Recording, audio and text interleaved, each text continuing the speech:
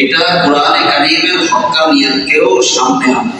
এই সূরা এই জন্যই তারিক, যেহেতু এটা একটা আলো। কিসের আলো? যে আলো আমাকে আপনাকে, আমার আপনার সূচনা সামনে আনবে, আমার আপনার শেষ সামনে আনবে, আবার এই কোরআন যে সত্য এই বিষয়টাকে সামনে আনবে। এই জন্যই এটা তারিক। কথা কি বুঝে আসে? প্রত্যেকটা সূরার নামকরণের পিছনেই কিছু কারণ আছে। তো এই সূরাকে এই জন্যই এই নামে ডাকা হয়েছে। এরপরে মূল আলোচনা শুরু। এতক্ষণ যতটুকু আলোচনা করা হইল, যদি কেউ নাও বুঝে তার কোনো সমস্যা হবে না। এরপরের যে আলোচনা, এটা খুব গুরুত্বপূর্ণ আলোচনা।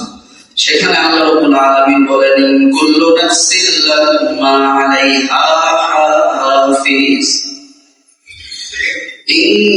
কুল্লু নাফসিন লাম্মা আলাইহা হাফিজ।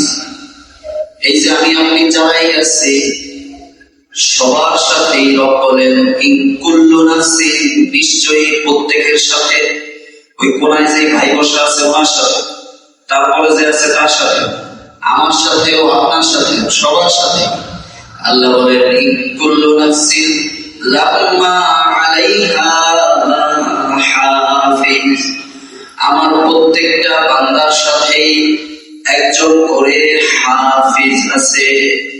তাফসীরে ইবনে কাসীরের ভিতরে হাফিজের তিনটা অর্থ করা হয়েছে। কয়টা? তিনটা। হাফিজ মানে স্বাভাবিকভাবে হইল হেফাজতকারী। হাফিজ মানে কি? হাফিজ মানে কি? হেফাজতকারী। যে হেফাজত করে তাকে বলা হয় হাফিজ। হাফিজ মানে কি? সবাই বলতে হবে। হাফিজ মানে কি? হেফাজতকারী। তো ইবনে কাসীর